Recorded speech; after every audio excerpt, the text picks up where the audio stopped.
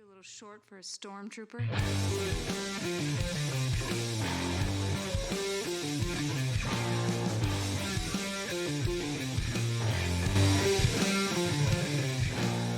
What's up, nerds? Welcome to another episode of the Multiverse Report. We are recapping the first full trailer for The Flash. From Central City to Gotham City, from Ben Affleck to Michael Keaton, and everywhere in between. My name is Mike Gibson. With me as always, Steve Heller. What's up, Steve? Well, a nap, apparently. I decided to leave our Super Bowl party, take a quick 20-minute snooze, and then be late for recording with Mike. Yeah. So starting a little late tonight because yeah. Steve fell asleep on the couch. I was not able to walk back through time and fix that problem, but here we are. Well, maybe if you were Barry Allen, maybe you would have given it a shot. You're right. Whether I was Barry Allen or Barry Allen or Barry Allen. Right. Yeah. Listeners or watchers of the our regular full-length show, which we will do a full episode of after we are done recording this one, will know that for a long time now, we've been doing a segment on that show called Flash Watch, where we update things about the Flash, good or bad, all the crazy behind-the-scenes stuff that's going on. And this, and maybe we'll touch on it in the main episode, but this is a big one for Flash Watch, I gotta say. The first full trailer. We got a teaser. We actually got to watch Flash Watch. We actually got to see it. Yeah, exactly. Flash Watch is now Watch Flash. Ooh, I like that. We got a teaser for this a year ago, maybe. I think DC Fandom was like that trailer, the teaser. Yeah. And we've been waiting a long time for the full trailer. Movie's gotten delayed. I mean, it's been delayed for years and years and years, but this particular version of the movie's even gotten delayed a bunch of times. And I gotta say, if those delays made it look as good as it looks, great, because I thought this movie looked excellent. I thought the effects looked good. I thought the cinematography, the lighting, it's nice and bright, it's beautiful, it looks really great. All the costumes really pop. All the action seems to like really hit hard. Steve, what did you think? What's your first reaction to this trailer? I gotta say, we saw the 30-second Super Bowl clip on TV together, and then there's a full almost 2 and something minute trailer online, like a full version, and they're not quite the same. I saw some things in the Super Bowl spot that I didn't see in the full trailer. Definitely, obviously, a lot in the full trailer that wasn't in the Super Bowl spot. But Steve, what was your first initial reaction to the Flash trailer? I mean, the biggest thing that popped, like you said, was visuals. It definitely looks the part. There are some things that worry me in the sense that I'm gonna get right to it, I guess. Jump in. It looks like that thing that worries me about trailers where they give away too much. Yeah. And that always worries me in the sense that when they give away that much, is it because they don't have the faith in something? Or is it like, I don't know. Is there something about the movie that they're trying to make sure they're getting the hooks in the trailer so that people go to see it instead of letting the movie speak for itself? Yeah, could be. You were talking about if you have, I mean, I don't know why you're listening to this or watching this if you haven't already watched the trailer, but spoiler for a trailer, I guess.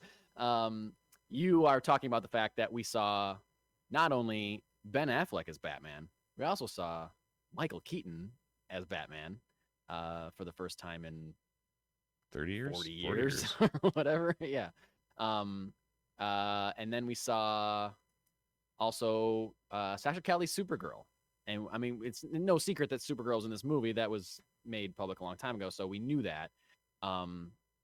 But did we see too much of all of those characters? Did that give away too much? We also saw, I just all the time keep forgetting that Michael Shannon returns as General Zod in this movie. Yeah. In what seems to be a huge villainous role. I assumed that he was going to be a small part of this movie. At least from this trailer, it looks like he might be the villain.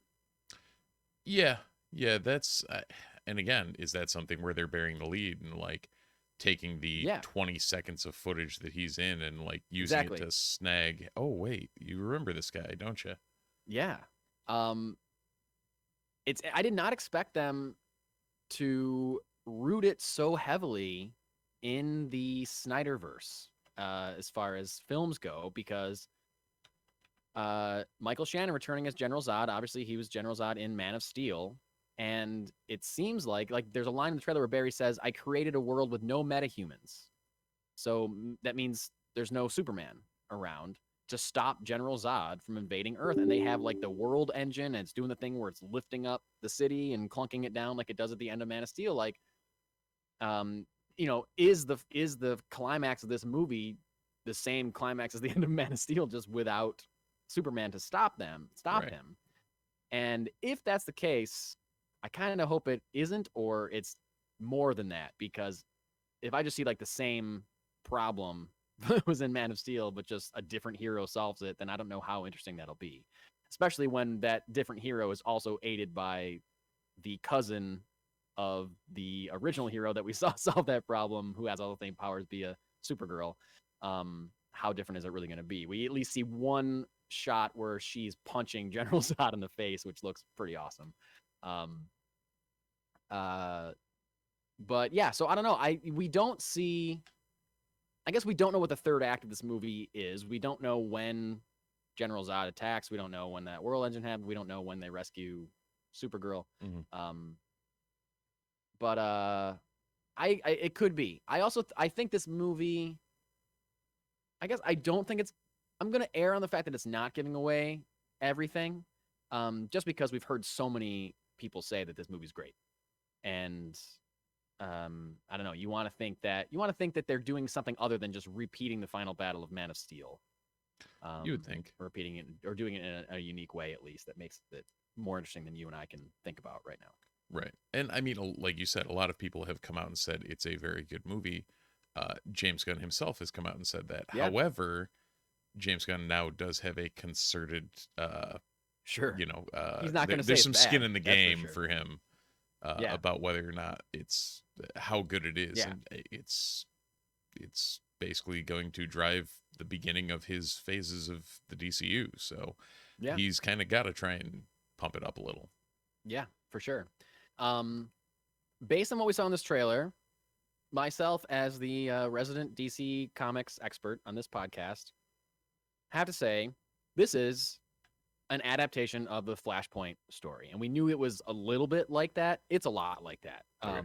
He goes back in time to try to save his mother from dying, clearly, or wants to save the universe in which his mother is still alive, as he states in the trailer.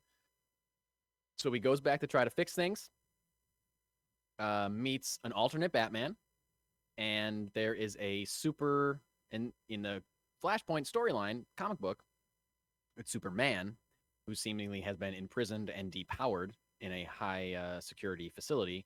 In this story, it is Kara Zor-El, Supergirl, played by Sasha Calle, who I thought we got a couple better looks at in the Super Bowl 30-second spot. And there's still some good shots of her in this one. But I feel like I got her a good shot of her like holding up somebody, I don't know, on the edge of a cliff or something. I don't know. We'll see. But really cool shots of her like flying and fighting in this one too. So we don't necessarily know what the big bad is. It could be General Zod, but I mean, they'd be crazy to do this, but it's strange to do the Flashpoint storyline without introducing Reverse Flash, who is his like arch nemesis. And if they have that like in their pocket and they just haven't told us, mind blowing. That would be incredible. There are multiple Barry Allens in the trailer. There's a shot where there's two different Flashes. I'm assuming that's just both Barrys. One has blue lightning and one has yellow lightning. I noticed that. Very interesting. There was one. Yeah. Yeah, so that one shot where their feet slide that's together. What when you said that, I was like, oh, that shot. Oh, wait, that would make sense now that you're saying that. So okay, yeah, I got it. But there's a shot of, it looked like Barry getting his powers via the lightning bolt, but then the lightning is passing through him to the other Barry. And I guess I don't know what that is supposed. Maybe he's like giving him powers for. Oh, because I guess let's think about it. If he goes back in time, and in that timeline his mom doesn't die, then it's possible that Barry of that timeline never gets Flash powers, and then they together go back to Barry's timeline to get him Flash power. I don't know. This is going to be a confusing movie. I was going to say it already seems like it's a confusing movie. Yeah, I mean, if the hype is to be believed, then they pull it off, and in that way it's going to be like a super fun ride of a movie that is not as hard to follow as maybe this trailer makes it seem, because this trailer does show us a lot of different stuff in a lot of different places. Clearly Central City, clearly Gotham City, and if it is really the climax of Man of Steel, then we're going to be in Metropolis as well. So that's at least 3 major DC cities that we're going to hit. And I guess I don't have too much more to say about this trailer, but I mean, the elephant in the room here is that we got our first look at Michael Keaton returning as Batman in a really incredible way. And that's another thing that was in the Super Bowl shot that wasn't in the full trailer, is the reveal of the Batmobile. I think you see it really quickly, but in the Super Bowl there was a big moment where Barry pulls the sheet off, and it's the classic Tim Burton, Michael Keaton Batmobile, and a real oh yeah, I can't wait to see that kind of moment, which was not, I don't believe, in the full trailer. But what we do get in the full trailer, it was clearly something that I felt was almost, it was like, this is a trailer moment when he steps up and Barry's like, you're, and Michael Keaton says, yeah, I'm Batman. You know, that's this really felt like to me, we're going to put this in, we're going to film this for the trailer, even if it doesn't, that is a great trailer moment. It's a great, hell yeah, Michael Keaton's back, kind of thing. And I guess definitely benefits from the advent of CGI since those original Tim Burton Batman movies, because the way he's moving and taking out dudes in this movie, definitely more mobile than he was in the giant foam bat suit in the 80s and early 90s. Just a little bit. Yeah. So I'm very excited for this movie. I think this looks great. I think it looks really good. I will be, like you said, I'll be interested to see if we get a second trailer. I'm sure we will. It doesn't come out till June or whatever. We're definitely going to get at least a second trailer. What more we see from it, if it is giving away everything, or if we learn anything more about it. But it definitely seems like a Flashpoint play, which is really what they're going for. And be interested to see. I don't know. I'm just excited for this movie, and I'm interested to see how it turns out. They say that it resets things. Is there anything in that's going to, when it's reset, assumedly at the end of this movie, are we going to see anything from James Gunn's DCU? Are we going to see a new Batman actor? Are we going to see a new Superman actor? Is this going to be the debut for those characters? I don't know if they have enough time or forethought to cast those people and get those cameos inserted into the film, but James Gunn has come out and said this movie resets the DCU, not everything, but a lot of things. So how much of that are we going to see at the end of this movie? How much is going to be clear as to what is reset and what is not reset? That remains to be seen. And we're still a ways off, so we'll get there eventually. I don't know. Eventually. I don't know how much they could put in another trailer. They really threw a ton at it. And it's if they add more to another trailer, sure, you have some alternate shots here and there, but I was going to say, my guess is that we'll get alternate shots of the scenes that we have. Yep.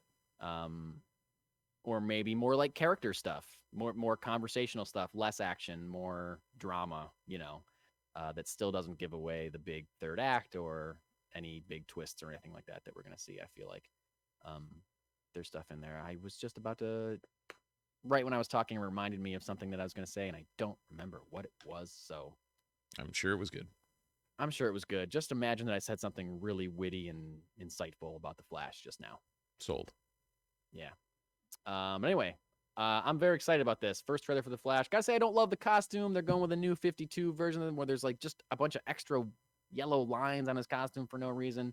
You don't need that. It's simple red, couple small yellow accents. That's all you need, guys. You don't need tons of like lines all over the place for no reason. At least they didn't put opinion. pockets on it. Yeah, pouches. That's true. You know, that's true. They made it. They made it past the 90s, so we're okay. Yeah. Didn't go the Rob Liefeld extra pocket route, so we're good there. But I think until I think of that other thing, that's all I got for this episode of Flash Watch. Yeah, I mean it. So it looks like it's got promise. I don't know if it'll. I think the trailer blew you away a little more than it did me.